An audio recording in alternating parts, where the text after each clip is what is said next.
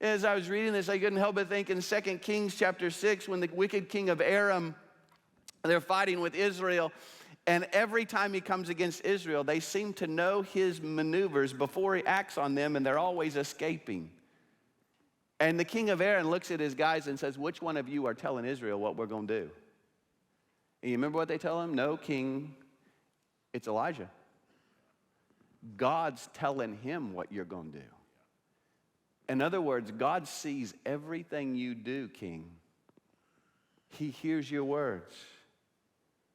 Listen, God sees. He's a God of knowledge. He sees everything. And it says, with him actions are weighed.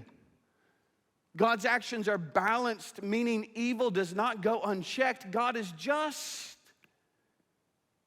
And God is not always, God doesn't have, you've heard me say this before, but God doesn't have knee-jerk reactions, not to righteousness. Oftentimes you'll follow in faithfulness and you'll not see God automatically react. It's not like you trust in faithfulness today. You know, bank account's going to go up and he'll cure you all your health problems.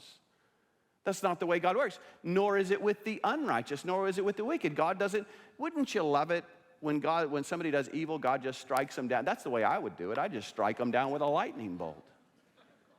And wouldn't it be more effective? You disobey God and your teeth just rot and fall out. And you'd be like, well, I don't want to do that anymore. But that's not the way God works, is it? But here's what the Word of God tells us. Listen, God will exalt the humble and he'll bring down the arrogant. You remember Naboth's vineyard? King Ahab, wicked King Ahab, he decides he wants Naboth's vineyard. Sees this nice vineyard, I think I'll take that. Goes to Naboth, tries to get Naboth. Naboth says, I can't sell it. It's against God's law. I can't do it.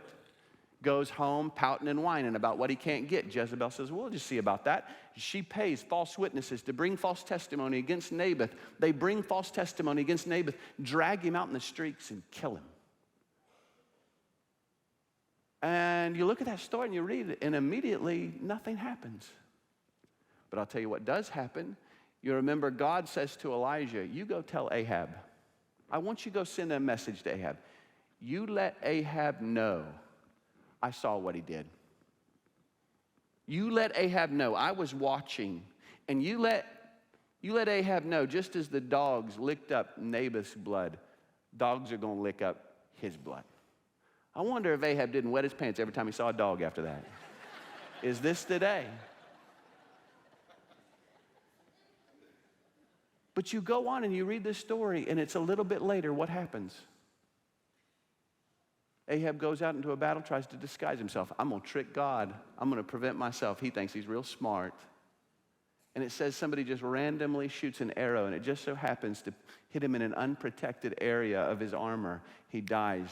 They drag him from the field of battle, and guess what? The dogs lick up his blood. Listen, evil will not go unchecked. God is a God of knowledge. He knows a whole lot better than you do. And he's watching. And evil will be judged.